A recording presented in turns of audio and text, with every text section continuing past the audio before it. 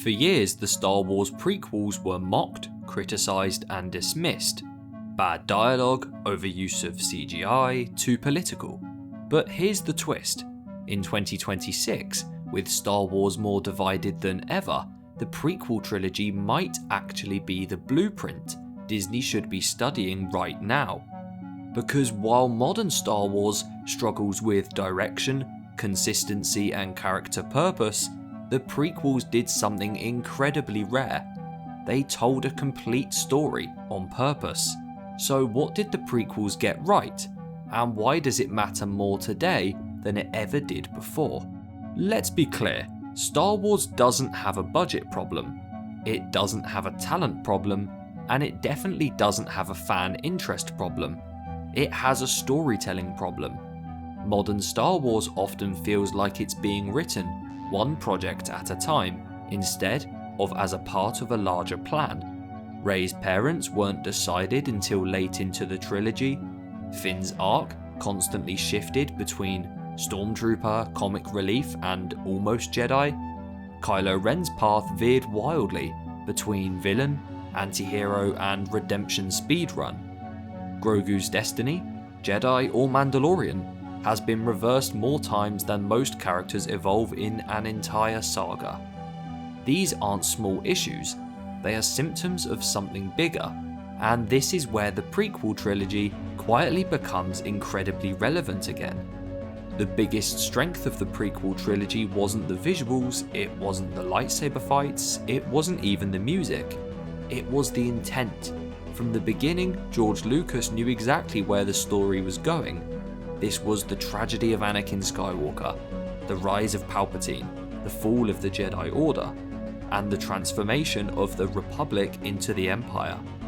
Everything served that destination.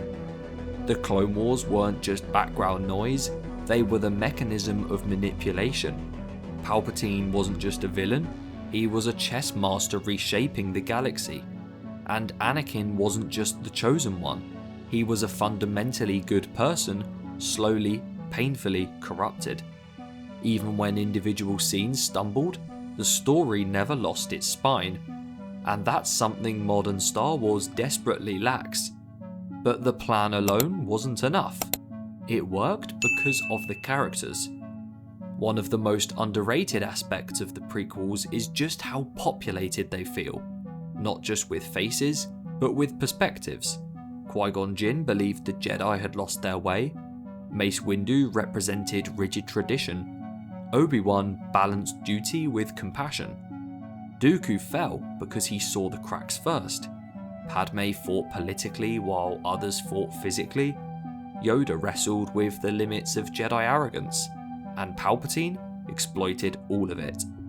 These characters didn't just exist, they disagreed with one another.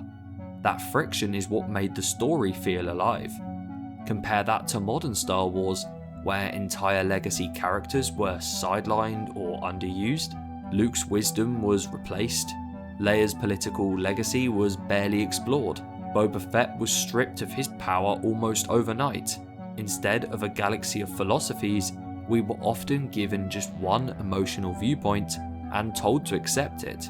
The prequels trusted the audience to engage with complexity, and that trust paid off long term. But here's where it gets even more important, because the prequels didn't just tell a story, they built a world that fans couldn't stop thinking about. And that's why what came next changed everything. The reason the Clone Wars worked isn't because it fixed the prequels, it worked because the foundation was already so strong. 7 seasons of television didn't feel like filler, it felt like discovery. We saw Jedi as generals, clones as individuals, friendships that made Order 66 genuinely devastating. The tragedy hit harder because we knew what was coming. Modern Star Wars often builds mysteries without knowing how to pay them off. The prequels built inevitability and let us sit with it. That's a huge difference. And it wasn't just in the writing. Visually, the prequels felt enormous. Coruscant didn't just look big, it felt infinite. Geonosis felt hostile and alien. Naboo felt elegant and fragile. Mustafar felt like pure myth. The camera lingered, the shots breathed, the worlds mattered. Even the grain of the image, slightly imperfect by today's standards, gave the film's texture. Modern Star Wars often feels smaller, flatter, and safer, and nowhere is that difference clearer than in one crucial area: aliens. Episode 1 alone introduced more memorable alien life than the entire sequel films. The Mos Espa pod race wasn't just spectacle, it was culture. Sebulba, Ben Quadineros, Jabba looming over everything. It felt like a place that existed before the camera arrived.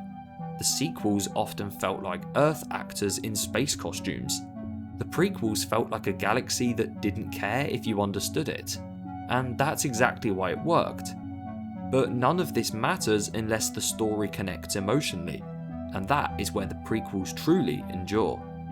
At its heart, the prequel trilogy is a tragedy. Not a checklist, not a mystery box, a tragedy. We watch Anakin fail not because he's weak, but because he's human. Fear, attachment, love twisted into control. That emotional through line never changes. Modern Star Wars often confuses surprise with substance. The prequels understood that inevitability, when done right, is far more powerful. Which brings us to the lesson Disney still hasn't fully learned. The prequels weren't perfect, but they were coherent. They trusted long-term storytelling, they embraced complexity, they built a galaxy that begged to be explored. Disney doesn't need to copy the prequels, but it absolutely needs to remember why they worked. Because Star Wars doesn't thrive on reactions, it thrives on myth, intention, and patience. And if the future of Star Wars is going to matter again, it might need to look back, not for nostalgia, but for guidance. Thanks for watching. If you enjoyed that, then check out a recent video and hit subscribe so you never miss another Star Wars discussion.